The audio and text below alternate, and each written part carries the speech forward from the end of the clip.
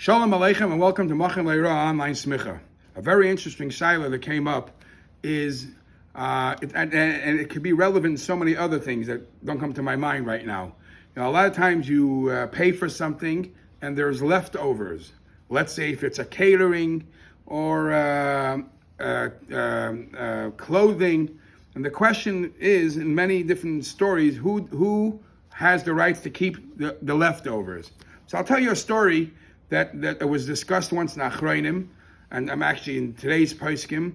There was a guy that was working as a waiter, and he was a very good waiter, but he made it a habit, instead of throwing out all the bottles, he collected all the deposit bottles, the ones that you can make money back, cans and bottles, and when he decided that, it's going to the garbage anyways, so he filled up bags and bags and bags of it, and every once in a while he got himself a nice check.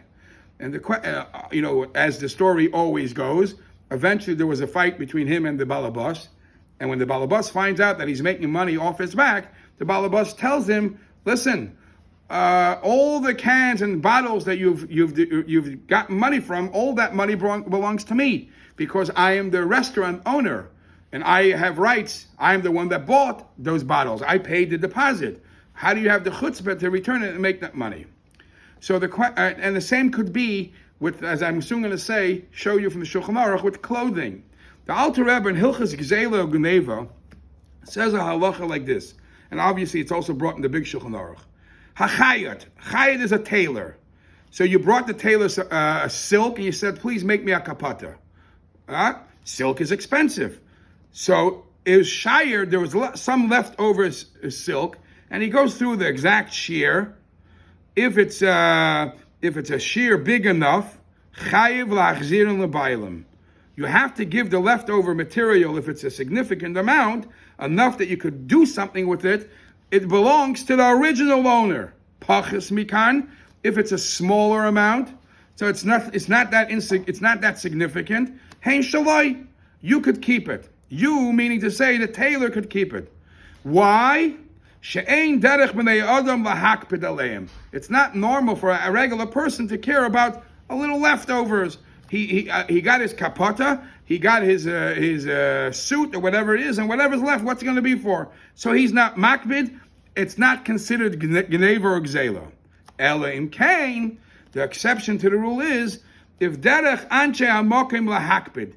If it's something that the people in the community where you live, they even collect all the shmatas, and they do something with these shmatas, then even though it's a small amount, you have to return it.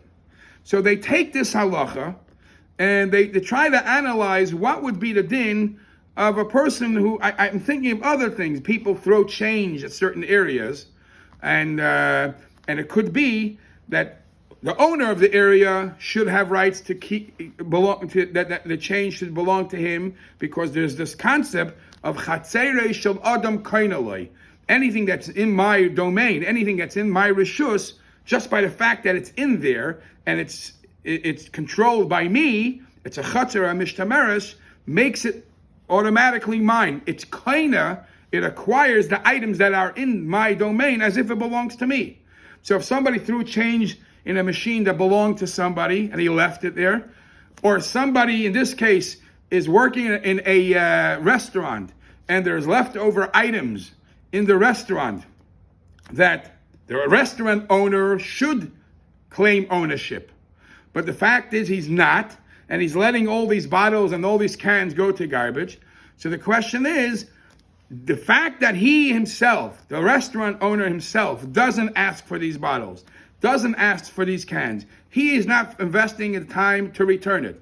Does that automatically become right for the waiter to collect them? Obviously, if it was thrown out into the garbage and the waiter collects it from the garbage, then by putting it in the garbage, it becomes hefker.